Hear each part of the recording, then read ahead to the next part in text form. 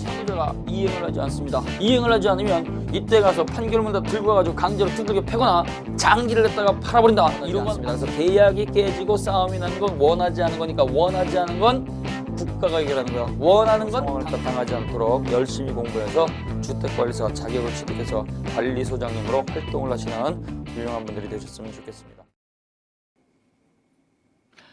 자, 우리 선생님들 1교시 참 힘들게 공부하셨죠? 소멸시효가요. 예, 그렇게 만만한 부분은 아닙니다. 출제되는 부분이 보통 2문제에서 3문제 이렇게 나올 수 있고 민총 맨 뒤에 있으니까 이걸 건너뛰는 분들이 있는데요. 건너뛰시면 안 됩니다. 자, 그래서 이 소멸시효, 자, 2교시인데요. 자, 386쪽에 보시면 소멸시효의 권리행사기간이 나와 있죠. 따라서 이 소멸시효의 기간이 있는데요. 이 기간은 법정기간이고 중단 정지가 없이 기간에 계속 경고가 있어야 됩니다. 그러면 법이 인정하는 소멸시효 기간은 어떠한 것들이 있느냐. 그래서 10년짜리, 3년짜리, 1년짜리, 5년짜리가 있다 그랬죠. 그 권리를 구체적으로 살펴보는 거예요. 이것도 박스에다가 넣어놓고 가장 짧은 걸 고르면, 그 다음에 가장 긴 걸 고르면, 그 다음에 이걸 순서대로 나열하면 이런 문제가 나올 수 있습니다. 자, 그래서 일반 채권 나와 있어요. 자, 일반 채권 162조 1항입니다. 채권은 10년간 행사하지 아니하면 소멸시효가 완성이 된다. 따라서 10년간 행사하지 않으면 그때는 처음으로 되돌아가서 완전히 사라지죠. 그 다음에 2항입니다. 채권 및 소유권 이외의 재산권 가로쳐 놓으시고 채권 및 소유권 이외의 재산권은요. 용익물권을 말하는 거예요. 용익물권은 20년간 행사하지 아니하면 소멸시효가 완성이 된다. 자, 그 다음에 반가로 이번에 보시면 상행위로 생긴 채권 가로쳐 놓으시고 상법상 시효기간 요거는 5년이라고 그랬죠. 그래서 어음에 기재된 금액을 갖다가 받는 것은 5년의 소멸시효가 완성이 되는 거예요. 자, 이 10년짜리는 일반 채권인데요. 이 10년짜리보다 짧은 걸 우리는 단기 소멸시효 그러죠. 자, 그래서 1번에 보시면 3년짜리 단기 소멸시효에 걸리는 게 있습니다. 3년짜리 단기 소멸시효. 자, 그래서 163조입니다. 다음 각 호의 채권은 3년간 행사하지 아니하면 소멸시효가 완성이 된다. 그래서 3년짜리가 나와 있죠. 3년의 기간 적용을 받는 단기 채권입니다. 자, 그래서 1호에 보면 이자가 나와 있죠. 원금을 갖다가 빌려주고 받을 수 있는 이 이자는요, 무제한으로 받는 게 아니고 3년분을 받는 거예요. 지금부터 3년까지죠.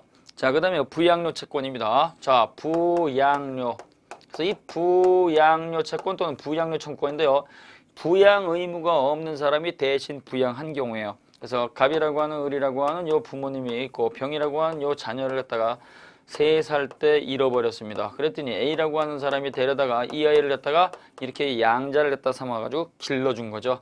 나중에 요 갑과 을이라고 하는 사람이 요 자녀를 갖다가 다시 되찾아가겠습니다. 되찾아가게 되면 이때 A라고 하는 요 사람은요 부양 의무자가 아닌데도 불구하고 이렇게 대신 길러줬죠. 길러주고 먹여주고 입혀주고 재워주고 돈 썼으니까 당신들이 자녀를 갖다가 되찾아가는 것은 내가 뭐라고 말 못하지만 내가 쓴 돈은 되돌려주세요. 이게 바로 부양료 청구권이죠.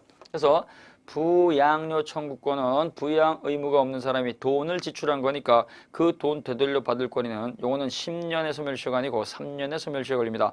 그러나 부양 청구권이라고 하는 게 있죠. 부양료 청구권이 아니고 요 미성년 자녀가 요 친권자인 부모님한테 내가 지금 15살이 돼가지고 12년이 경과했다고 하더라도 19살 되기 전 미성년자니까 당연히 부양해주세요. 부양 청구권 주장할 수 있죠. 부양 청구권은 가족 부상이 걸리니까 이건 소멸시효 걸리지 않습니다. 이때 부양 의무가 있는 친권자가요. 12년이 경과했으니까 소멸시효가 완성이 돼서 나는 너를 갖다가 부양 못해 이렇게 하면 안 된다는 얘기예요. 그래서 부양료 청구권은 소멸시효에 걸리는 것이고 부양 청구권은 소멸시효에 걸리지 않습니다. 구별해 놓으세요. 그 다음에 급료 있죠. 급료. 급료라고 하는 것은 우리가 월급을 말하는 거예요. 월급. 그래서 급료 또는 임금이죠. 임금. 그래서 이 임금 채권은 이거는 3년의 소멸시효에 걸리는 겁니다. 그 다음에 사용료 있죠. 사용료는 부동산 사용료를 말하는 거예요. 부동산. 그래서 부동산 사용료라고 하는 거 이것도 역시 3년의 소멸시효에 걸립니다. 동산 사용료는 1년에 걸리는 거예요.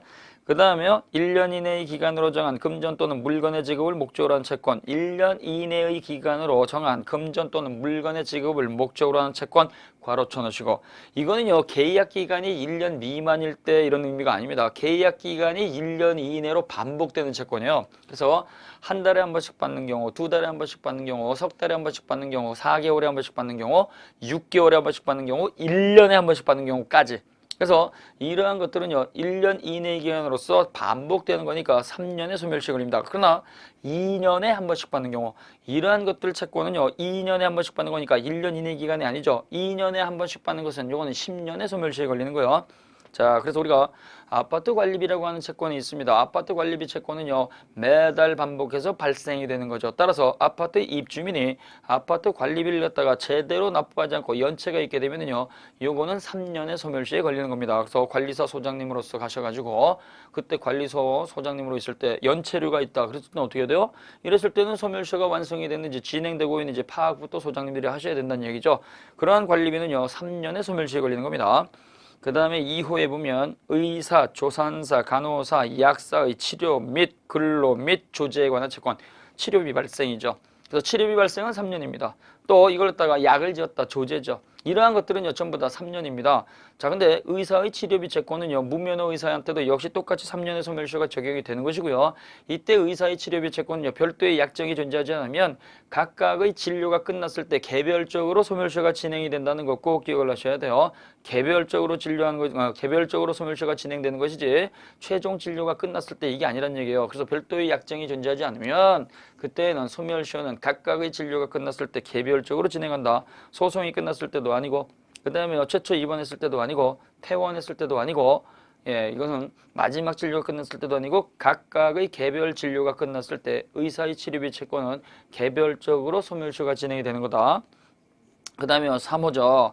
도급받은 자. 도급받은 자는요 건물 지어준 사람이에요. 그래서 완성시켜주는 사람을 도급받은 자 그러죠. 또 다른 말로 수급인 그런 거예요. 수급인. 수급인, 기사, 기타, 공사의 설계 및 감독에 종사하는 자의 공사에 관한 채권. 그래서 건축물 공사에 관한 채권 이것도 역시 3년의 소멸시효에 걸리는 겁니다. 공사 대금에 관련된 거, 설계 비용에 관한 거 전부 다 3년의 소멸시효예요. 그 다음에 4호, 5호 변호사, 변리사 등에 대해서 맡겨놓은 서류의 반환이라든가 그 다음에요 이때 그 위임받은 사람을 갖다가 소송을 했다 진행을 했다 이런 수임료에 관한 거 전부 다 3년의 소멸시효에 걸립니다.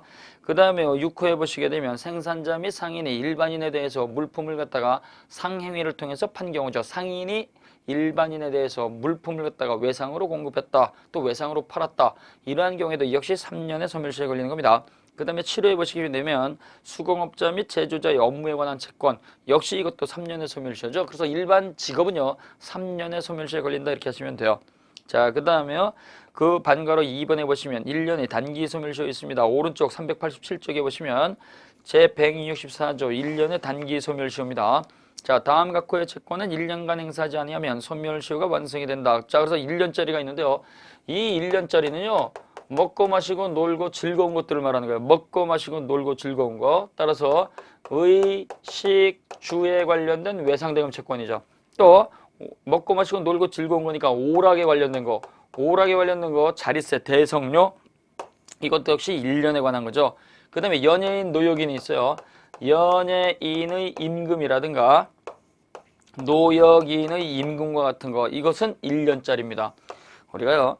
직업에 귀천이 없다라고 이렇게 이야기하는 경우가 있잖아요. 직업에 귀천이 없다. 그거는 말도 안 되는 소리고 법은 직업에 귀천이 있습니다. 일반 직업은 3년짜리고요. 연예인과 노역인의 직업, 연예인과 노역인의 임금은요. 이거는 3년짜리가 1년짜리가 되는 거예요. 연예인 그러면은 옛날에 우리는 남사당패 광대라고 했습니다. 광대는 즐거움 주는 거잖아요. 즐거움은 이거는 오래 가지 않고 짧게 가버립니다. 따라서 이거는 연예인의 임금은 1년짜리. 노역인은요 우리가 흔히 비속어로 노가다 이렇게 하는 경우가 있는데요. 이 노역인의 임금은요 이것도 역시 1년짜리입니다. 그래서 이 노역인은요 우리가 평생 노역인으로서 살겠다 이게 아니고 일시적으로 하는 것이다. 일시적 방편으로 인식을 해왔기 때문에 이것도 짧게 1년으로 가는 거예요. 그 다음에 각종 수업료입니다. 각종 수업료. 그래서 유치원이라든가 초등학교라든가 중학교, 고등학교, 대학교, 대학원, 그 다음에 각종 학원 수업료, 기숙사에 관련된 거, 하숙집에 관련된 거 전부 다 이것도 1년짜리 단기 소멸시효에 걸리는 거예요. 그래서 10년짜리가 있고 그 다음에 3년짜리가 있고 1년짜리가 있고 정확하게 한번 읽어 놓으시고요. 그 다음에 판례는 우리 선생님들이 읽어보시면 됩니다. 그 다음에 3번에 보시면 판결 등에 의해 확정된 채권이 있습니다. 1년짜리라든가 3년짜리가 법원에 소송이 붙어가지고 판결문이 떨어지게 되면 1년짜리 3년짜리라고 하더라도 10년으로 늘어나 버립니다. 판결이 확정된 때로부터 그때로부터 10년이 다시 시작한다는 얘기예요. 그러나 처음부터 20년짜리 용익 물권은요. 판결이 있다고 해서 10년으로 줄어들지 않습니다. 그래서 판결에 의해서 확정된 채권은 1년짜리 3년짜리 단기 소멸시효에 해당한 것이라고 하더라도 그 소멸시효는 10년으로 한다. 이랑 꼭 기억해 놓으세요. 자, 그 다음에 보시게 되면 확인 문제가 있는데요. 확인 문제는 우리 선생님들이 풀어보시면 되고요. 그 다음에 제3장 시효의 중단과 정지 이렇게 나와 있습니다. 이것도 별표해 놓으시고. 자, 이제 세 번째죠. 소멸시효하고 제척기간에 구별해서 한 문제가 나오거나 그 다음에 소멸시효 완성요건에서 기산점이라든가 권리에서 또 한 문제가 나올 수가 있고 그 다음에 시효의 중단과 정지에서 한 문제가 나옵니다. 시효의 중단이 엄청나게 중요한 거죠. 자, 그래서 소멸시효의 중단과 관련된 거 거의 이것도 100% 나옵니다. 그래서 우리 선생님들이 소멸시효의 중단과 관련돼서는 정확하게 정리를 다 하셔야 돼요. 자, 소멸시효의 중단 사유가 있어요. 중단 사유. 소멸시효의 중단 사유. 자, 이 중단이라고 하는 게 있는데요. 이 중단이라고 하는 건요. 적극적 권리 행사의 모습이 있는 거예요. 자, 그래서 권리자가 권리를 갖다가 행사할 수 있음에도 불구하고 즉 권리가 발생한 때로부터 권리 불행사 가만히 잠자코 있다가요. 그러면 어떻게 돼요? 중간쯤 돼서 시효가 완성되기 전에 소멸시효 완성되기 전에 따라서 1년짜리, 10년짜리, 3년짜리 그 기간이 완성되기 전에 권리를 적극적으로 권리를 행사하게 되면 이때는 소멸시효가 중단이 되는 거죠. 그래서 갑이라고 하는 요 사람이 집을 갖다 이렇게 넘겨받았습니다. 을이라고 하는 사람이 집을 지어줬습니다. 그러면 공사 도급인이죠. 집을 갖다 넘겨받은 사람, 요 사람을 갖다가 주문한 사람, 그래서 공사 도급인이고요. 요걸 갖다가 넘겨준 공사 수급인, 건축업자 사장님은요. 요 공사가 완공이 된 때로부터, 그래서 요 공사가 완성이 된 때로부터 완공된 시점부터 잔금 채권을 받을 수가 있습니다. 그럼 때 공사 잔금 채권은요.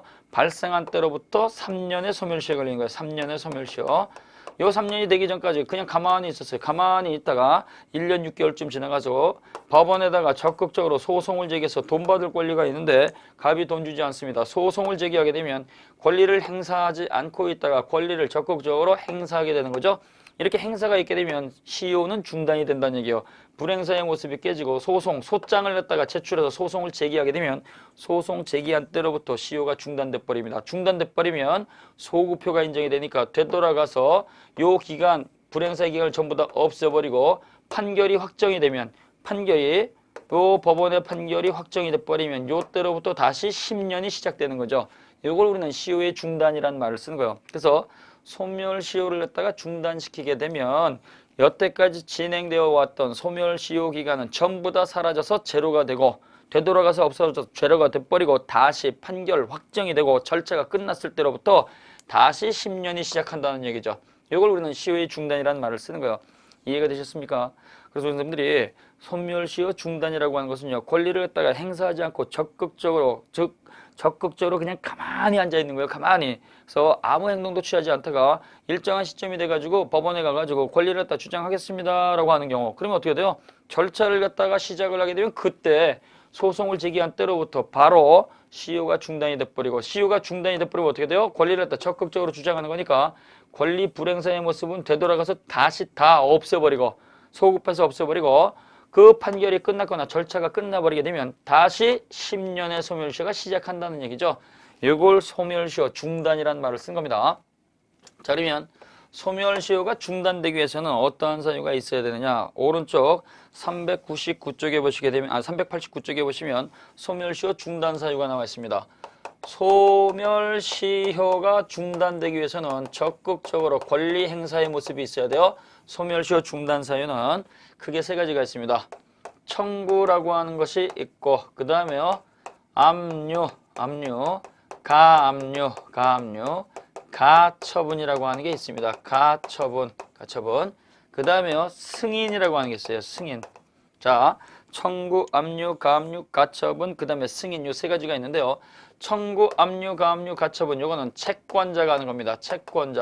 채권자가 저지르는 시효 중단 사유고요. 승인이라고 하는 것은요. 요거는 채권자가 아니고 채무자가 저지르는 겁니다. 자, 그래서 청구는 돈 내놔 이거고요. 그 다음에 압류, 가압류, 가처분요. 그 채무자가 돈을 갖다 갚지 않을 우려가 있으니까 요걸 갖다가 보전 조치하는 거죠. 채무자의 재산이라든가 행위를 갖다가 보전시키는 제도.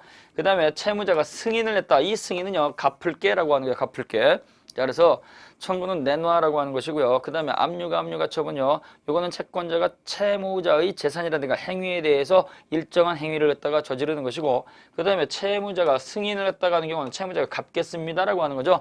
요 청구, 가처분, 승인이라고 하는 것은요, 시효 중단 사유입니다. 정지 사유가 아닙니다. 자, 그러면 이때 청구라고 하는 것은 이행 청구를 말하는데요. 청구의 사유, 청구에 해당하는 것은요, 다시 6가지가 있습니다. 재파지화임죄라고 하는 게 있어요. 재파지화임죄. 앞글자만 따가지고 이렇게 우리가 기억을 하셔야 돼요. 자, 여기 보면 재판상 청구라고 하는 게 있고, 재판상 청구는 소송을 제기하는 겁니다. 그 다음에 파산 절차 참가가 있고요. 지급명령 신청이라고 하는 게 있고, 화해를 위한 소환이 있고, 임의 출석이 있습니다. 자, 근데 이 5가지는 제가 동그라미 쳐놨죠. 요 5가지는요, 요거는 절차를 시작하면 바로 시효가 중단이 돼버립니다. 그래서 재파지화임 요 5가지는요, 법원에 가서 법원에다가 절차를 시작하는 거예요. 따라서 법원에 가서 절차를 제기하는 거기 때문에 요 절차를 제기한 시점부터 바로 시효가 중단이 되는데, 최고라고 하는 것은요, 최고장, 독촉장 보내는 거죠. 내용 증명 띄우는 거요. 내용 증명을 딱 띄우게 되면은요, 세 통을 작성을 해가지고 우체국에다가 하나 놔두고, 그 다음에요, 채무자에게 보내고, 채권자가 하나 갔죠. 이건 법원에다가 하는 게 아니에요. 내용 증명 띄운 거, 최고장 보낸 것만 가지고 자꾸 반복한 거, 그래서 자꾸 독촉한 거, 그것만 가지고 시효는 중단되지 않습니다. 최고를 여러 번 했다고 하더라도 최고 후 6개월 이내에 재파지화임이라든가 가처분 같은 법적 절차를 갖다가 제기해야지만 그 이전 6개월 전 최고서부터 시효가 중단되는 겁니다. 그래서 최고를 하면 즉시 시효가 중단된다 그러면 안 돼요. 최고를 하고 나서 6개월 이내에 법적 절차를 갖다가 제기해야지만 그 이전 6개월 전 최고서부터 시효가 중단되는 겁니다. 꼭 기억을 하셔야 돼요. 자, 그래서 재판상 청구부터 봅니다. 자, 그래서 거기 보시게 되면 389쪽에 자, 청구입니다. 170조 재판상 청구와 시효 중단 1항입니다. 재판상 청구 가르쳐주시고 소송을 제기하는 거예요. 소송을 제기했다고 하더라도 소송이 각하가 됐거나 기각이 됐거나 취하가 있을 때에는 소송 제기하지 않은 걸로 돼버리기 때문에 시효 중단의 효력이 없다. 각하는 이유 없음. 그 다음에 기각 뭐요? 각하는 요 절차상의 문제가 있는 거죠. 절차상의 문제가 있으니까 이건 절차상의 하자를 이유로 소송을 갖다가 받아주지 않는 게 각하입니다. 그 다음에 기각, 이건 뭐요? 권리주장의 이유가 없음이라고 하는 거고요. 그 다음에 취하는 당사자가 소송 없던 걸로 하겠습니다 라고 하는 거기 때문에 각하, 기각, 취하가 있을 때에는 소를 제기하지 않은 걸로 바뀝니다. 따라서 중단의 효력은 발생하지 않습니다. 자, 근데요, 이렇게 각하라든가 기각이라든가 취하가 있고 나서 6개월 이내에 다시 정식 재판을 청구하게 되면 그때는 정식 재판 다시 청구한 때로부터 시효가 중단되는 게 아니고 그 이전에 각하, 기각, 취하됐던 소송 제기한 때로부터 그때로부터 시효 중단의 효력이 발생하게 됩니다. 따라서 전항의 경우에 6개월 내에 재판상 청구, 파산 절차 참가, 가처분을 한 때에는 시효는 최초의 재판상 청구로 인하여 최초의 재판 소송 제기한 때로부터 중단된 것으로 본다. 자, 그래서 재판상 청구 나와 있어요. 자, 1번 재판상 청구 가르쳐 주시고 재판상에서 자기의 권리를 주장하는 것이다. 한마디로 뭐요? 소송을 제기하는 것이다. 따라서 이때 소송을 일단 제기하거나 또는 상대방이 제기한 소송에 응소해서 소송에 응하는 것도 포함이 된다. 따라서 이때 중단의 효력이 있는 것은 소장을 작성해서 법원에다가 제출한 때로부터 시효가 중단되는 것이다. 그때부터 중단되고 있다가 판결이 떨어지게 되면 판결시부터 다시 10년의 소멸시효가 진행이 되는 거예요. 자, 2번 별표 넣으시고 여기서 말하는 재판상 청구 소송은요, 모든 소송을 말하는 게 아니고 민사소송을 말합니다. 민사소송. 민사소송이기만 하면 소송의 명칭은 따지지 않습니다.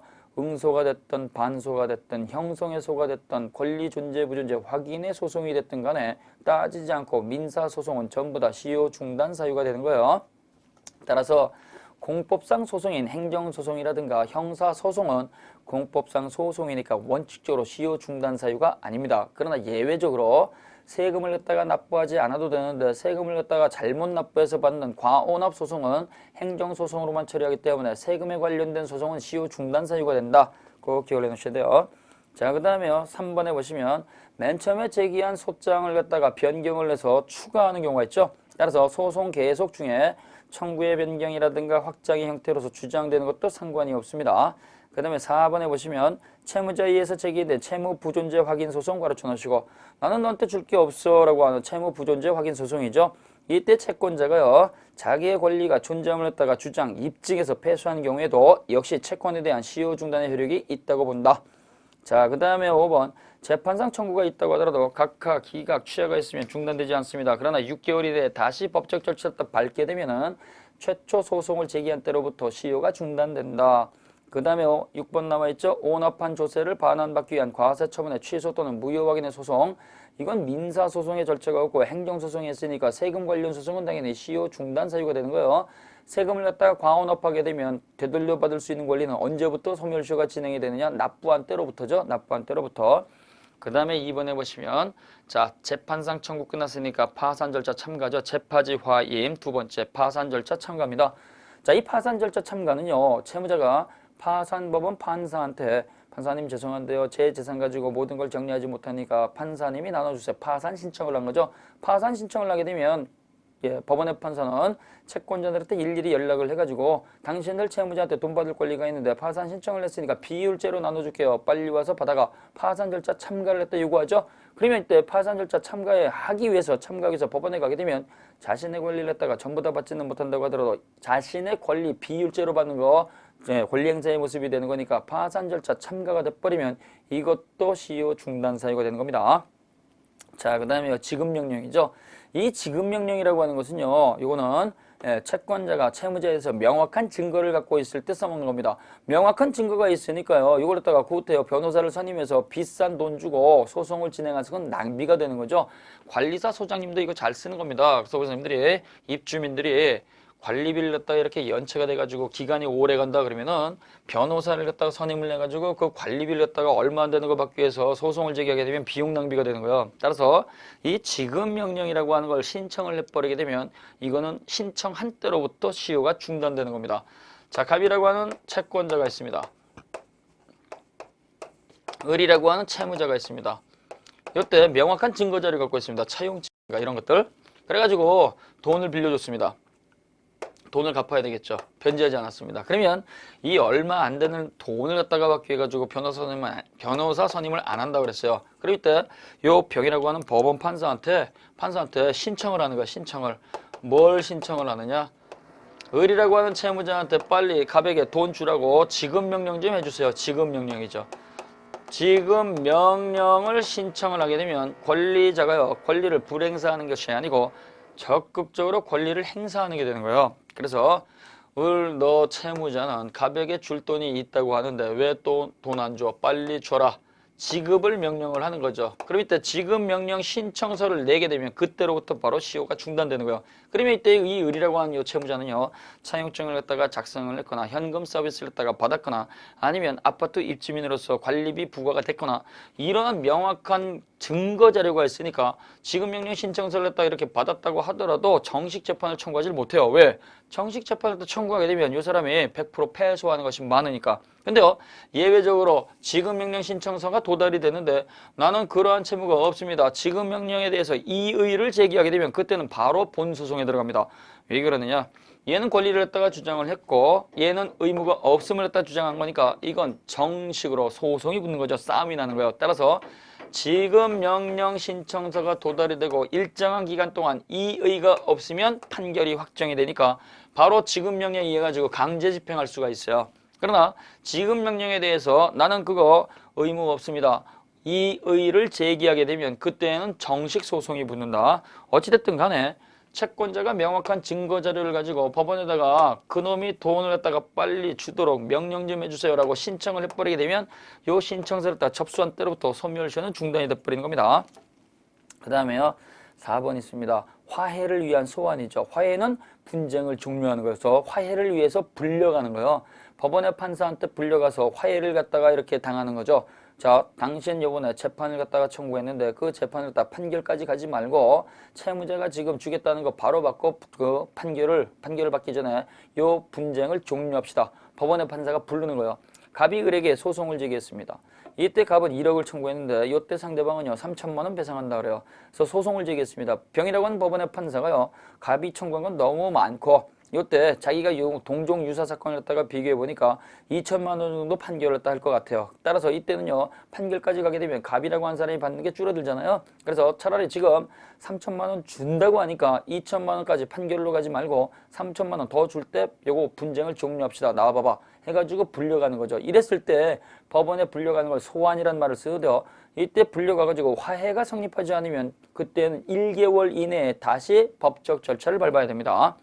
자, 그 다음에 임의출석이라고 하는 게 있어요. 임의출석은요, 소액 사건일 때 써먹는 거예요. 그래서 소액 사건이니까 금액이 작잖아요. 변호사 선임하지 않고. 따라서 이때 채권자가 당사자가 돼서 직접 소송을 다 진행하는 건데요. 이 임의출석도 이것도 판결이 성립하지 않았다 그러면 그때는 1개월 이내에 다시 정식 재판을 해야 됩니다. 그래서 화해를 위한 소환이라든가 임의출석은요, 당연히 소멸시효가 중단이 되지만 이 문제는 화해가 성립하지 않고 임의출석도 제대로 판결이 이루어지지 않았다고 한다면 이때는 1개월 이내에 다시 정식 재판을 청구해야 된다. 이렇게 정리하시면 돼요. 기각각하 취하가 있을 때는 6개월 이내고요. 화해를 위한 소환이라든가 임의출석은 1개월 이내라는 걸 같이 기억하셔야 됩니다. 그 다음에 최고 나왔습니다. 자, 그래서 우리가 재판상 청구라든가 파산 절차 첨가라든가 지급 명령 신청이라든가 화해를 위한 소환이라든가 임의 출석과 같은 재파지 화임 요거는 법원에다가 절차를 갖다가 시작을 하게 되면 바로 시효가 중단이 돼버린데요. 최고는 최고장 보냈다고 해서 바로 시효가 중단되는 게 아니고 최고장 보내고 나서 6개월 이내에 법적 절차를 밟아야 된다 그랬습니다. 자, 그 다음에요.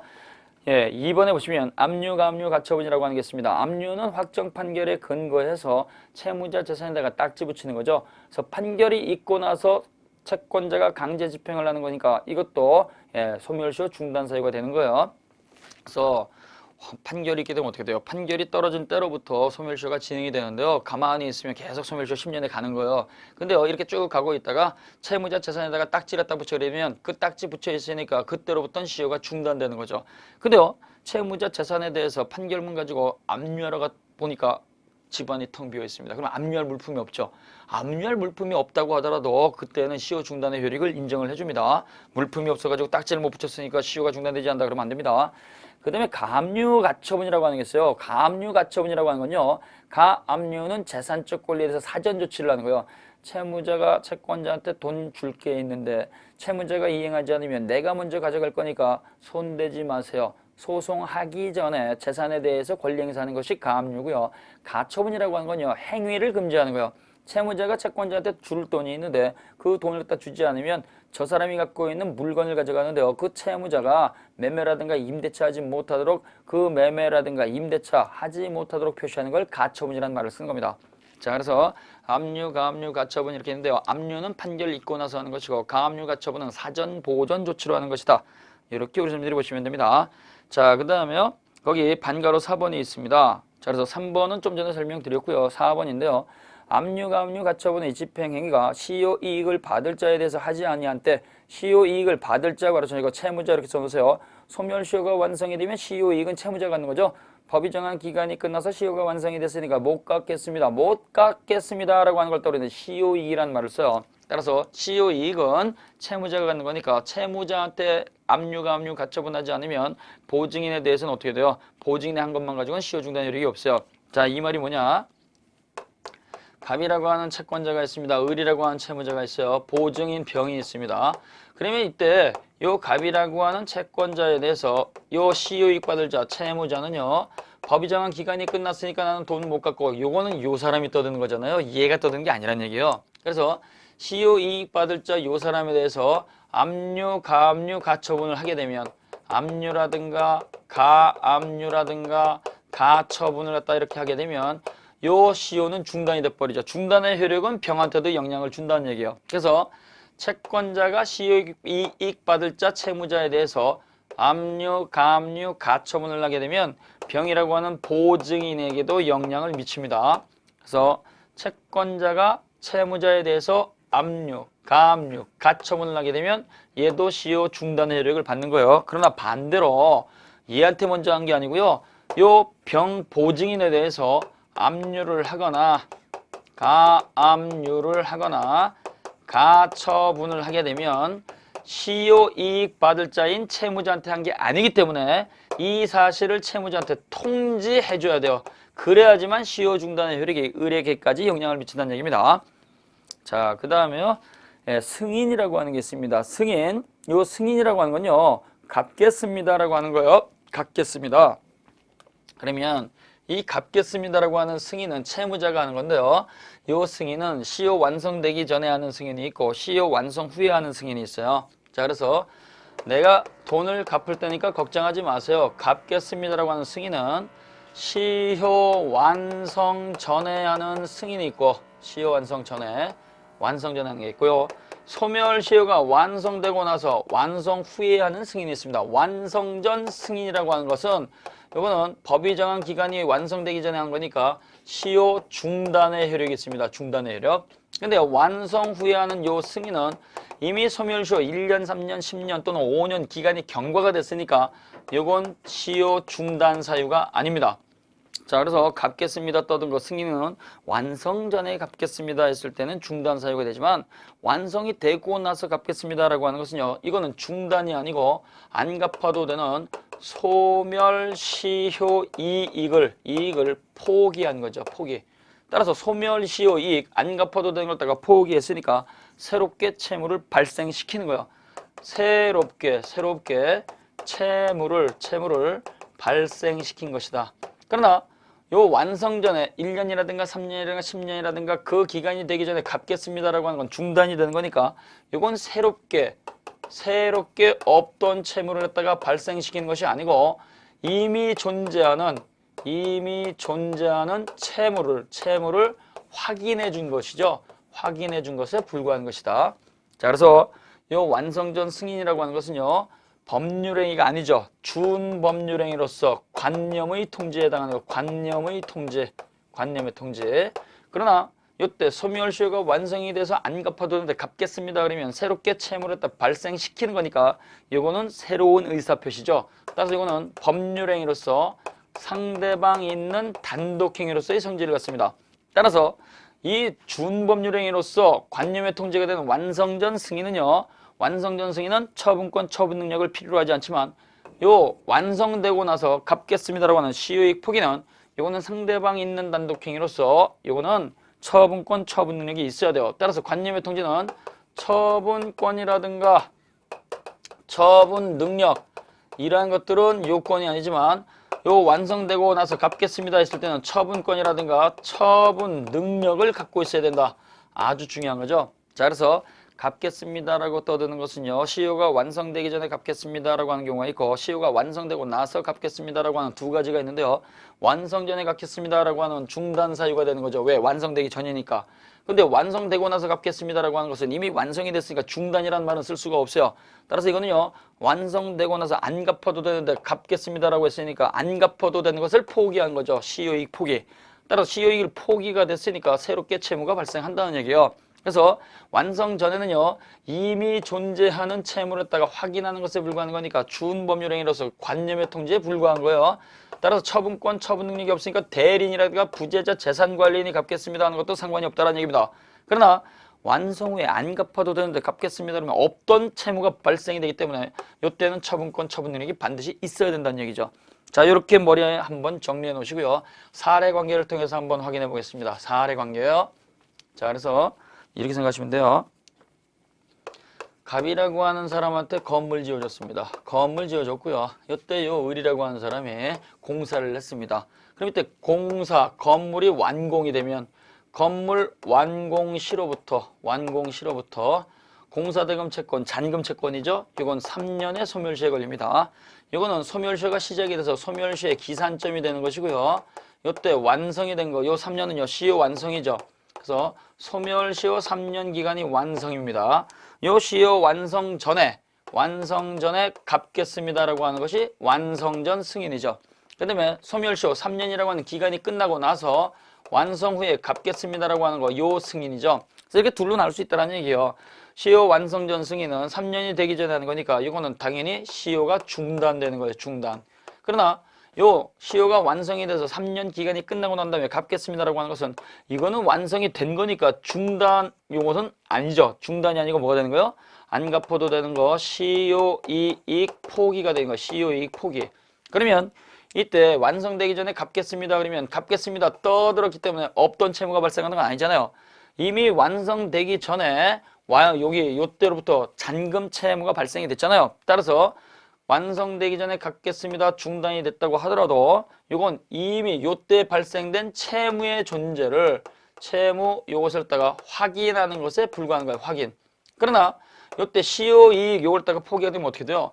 3년이 완성이 됐으니까 법적으로 이 사람은 돈을 못 받는 거죠. 그럼에도 불구하고 갑이라고 하는 요 채무자가요 3년이 지났지만 갚겠습니다 그러면 안 갚아도 되는 걸 따가 포기하는 거니까 없던 채무를 다시 발생시키는 거죠. 따라서 이거는 채무를 새롭게 발생시키는 거예요. 발생시키는 거니까 기존에 있던 걸 따가 확인해 주는 거, 그 다음에 새롭게 발생시키는 거하고는 성질이 다르죠. 기존에 있던 걸 따가 확인해 주는 것은 우리가 준법률행위로서 승인, 승낙, 통지와 같은 관념의 통지가 되는 거죠. 관념의 통지가 되고 그 다음에 이거는 새롭게 발생시키는 거니까 일방적으로 갚겠습니다라고 하는 것이지 요 채권자한테 승낙받을 필요가 없으니까 상대방 있는 단독행위로서의 성질을 갖는 거예요. 상대방 있는 단독행위. 따라서 이렇게 완성 전하고 완성 후에 하는 게 전혀 다른 겁니다. 따라서 이때는요. 이미 존재하는 채무를 따가 확인하는 거니까 이때는 본인이 직접 할 필요가 없고 대리인과 같은 사람이 할 수가 있는 거예요. 따라서 처분권이라든가 처분 능력은 원칙적으로 갖고 있을 필요가 없어요. 그러나 이거는 없던 채무를 새롭게 발생시키는 거니까 여기는 반드시 처분권이라든가 처분 능력이 있어야 된다 없어야 된다? 처분 능력이 있어야 된다. 꼭 기억을 하셔야 됩니다. 따라서 이러한 경우에는요. 미성년자가 완성 전에 승인을 했던 완성 후에 승인을 했던 제한 능력자가 있을 때에는 의무가 늘어나는 거니까 제한 능력을 이유로 미성년자라든가 제한 능력자 자신 법정 대리인이 취소할 수가 있습니다. 꼭 기억을 하셔야 돼요. 자, 그래서 거기 보시게 되면 승인 조문 한번 보세요. 자, 177조 아주 많이 나온 조문인데요. 시효 중단의 효력이 있는 승인 가르쳐주고 중단 동그라미 중단의 효력이 있으니까 이건 완성 전 승인을 말하는 거죠. 시효 완성 전 승인은 채무의 존재를 확인하는 거니까 상대방의 권리에 관한 처분 능력이나 권한이 있음을 요하지 않는다. 따라서 재산관리인이라든가 대리인이 승인하는 것도 상관이 없습니다. 자, 그 다음에 393쪽에 보시면 승인자. 자, 이름 1번입니다. 승인자 갚겠습니다 떠든 것은 누가 승인할 수 있느냐? 그래서 시효로 인하여 이익을 받을 자, 시효로 인하여 이익을 받을 자가 전시고 누구예요? 채무자죠. 채무자가 승인할 수가 있고 채무자의 대리인이 할 수가 있는 거예요. 그래서 이 대리인은요. 부재자 재산관리인도 포함이 된다는 거 같이 기억하시면 되는 겁니다. 이때 갚겠습니다라고 하는 것은요. 채무의 존재를 알고 있어야 되겠죠. 인식 동그라미 넣으시고 승인자는요. 이미 존재하고 있는 채무를 확인하는 거니까 완성 전 승인은 처분권 능력, 처분 능력이나 처분 권한이 있음을 요하지 않지만 관리 권한은 있어야 된다. 자, 그 다음에요. 행위 무능력자 이렇게 나와 있죠. 제한 능력자. 그래서 미성년자라든가 피성년 후견인, 피한정 후견인은 법정 대리인 동의가 없이 단독으로 유효하게 승인할 수가 없다.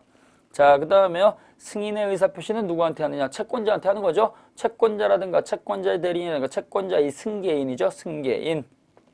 자, 그 다음 이때 시효 완성 전에 채무의 일부를 변제한 경우 자, 5번도 아주 중요한 거예요. 시효가 완성되기 전에 3년이 되기 전에 일부를 변제하게 되면 전체에 대해서 중단이 이루겠습니다. 그러나 시효가 완성되기 전에 이때 채권자가요. 일부에 대해서 청구하게 되면 그 일부 청구한 부분만 시효가 중단된다는 거 같이 기억하셔야 돼요. 이쪽에서 일부 변제하게 되면 전체에서 중단, 전체의 중단. 이쪽에서 일부를 갖다가 청구하게 되면 그 부분만 중단이 되는 거예요. 그 다음에 보시게 되면 393쪽에 소멸시효 중단의 효과가 나와 있습니다. 자, 시효 중단의 효과죠. 시효가 완성이 되고 또는 시효 완성 전에 중단이 있게 되면 이 중단의 효과는 어떻게 되느냐 이거죠.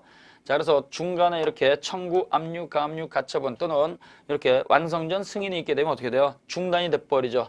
중단이 돼버리면 이미 과거에 진행됐던 것들은 되돌아가서 전부 다 없애버리죠. 되돌아가서 전부 다 없애버리니까 시간적 효력은 소급효가 인정이 됩니다.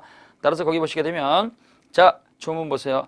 제169조 시효 중단의 효력 169조는 사람에 대한 효력입니다.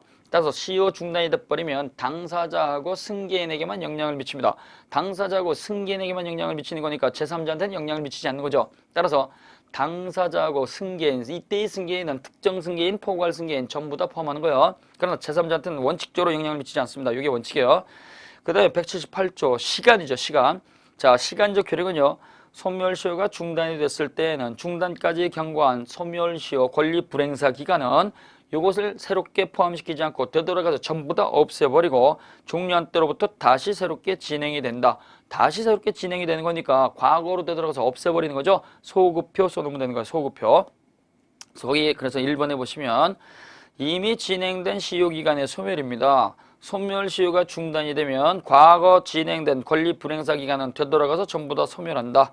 따라서 이거는 소급표가 인정이 된다. 그 다음에 반가로 2번에 보시면 시효 중단의 사람에 대한 효력입니다. 자, 그래서 시효 중단의 사람에 대한 효력은 어떻게 되느냐? 그 사람에 대한 효력인데요. 자, 그 사람에 대한 효력은 원칙적으로 그 중단시킨 당사자하고 그 승계인 사이에게만 영향을 미치는 게 원칙이고 다른 사람 제3자에 대해서는 원칙적으로 효력이 없습니다. 그래서 당사자하고 그 승계인에 대해서 효력이 있다. 자, 그래서 갑이라고 하는 분이 있습니다. 요 갑이라고 하는 분이 강도를 만나서 강도 불법행위에서 돌아가셨습니다. 돌아가시면 생명침해가 있으니까 손해배상 청구를 해야 되겠죠. 이때 손해배상 청구는요, 돌아가셨으니까 이분들이 못합니다. 이분이 못하니까 이때는 요걸 다가 상속을 받아서 상속인 A, B, C 요 사람들이 할 수 있는 거예요. 따라서 강도를 갖다가 붙들게 되면 그 가해의 원인이라든가 가해자를 알았으니까 이때 상속받은 불법행위를 이유로 한 손해배상 청구권은 3년의 소멸시효에 걸립니다. 3년의 소멸시효인데요. 이때 상속인이 3명이다 그러면 이때 손해배상 청구권은 상속인이 3분의 1씩 이렇게 지분을 갖게 되죠. 근데 이걸 갖다가 청구하지 않고 있는데요. 이때 을이라고 하는 지인이 와서 아버지가 돌아가신 것은 참 안 되는데 이때 손해배상 청구했냐 물어보니까 그런 게 있습니까? 그랬더니 그거 몰랐구나. 빨리 가서 해라. 가서 확인을 해보니까요. 3년이 되기 전에 벌써 2년 10개월이 경과를 하고 있습니다. 2년 10개월이 경과하게 되면 이제 2달밖에 안 남았죠. 2달밖에 안 남으니까 요때 이 C라고 하는 막내 동생이 요 강도를 갖다 상대로 해가지고 손해배상 청구 소송을 제기를 했습니다.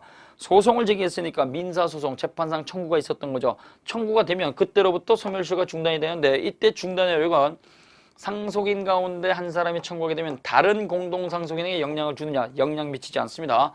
소멸시효는요, 권리를 부지런히 행사한 사람만 찾아먹는 것이고 권리를 갖다 행사하지 않은 다른 사람들은 게으른 자들이죠. 게으른 자들이니까 이때 상속인 가운데 한 사람이 청구했다고 해서 다른 상속인한테 영향 미치는 것은 아니다.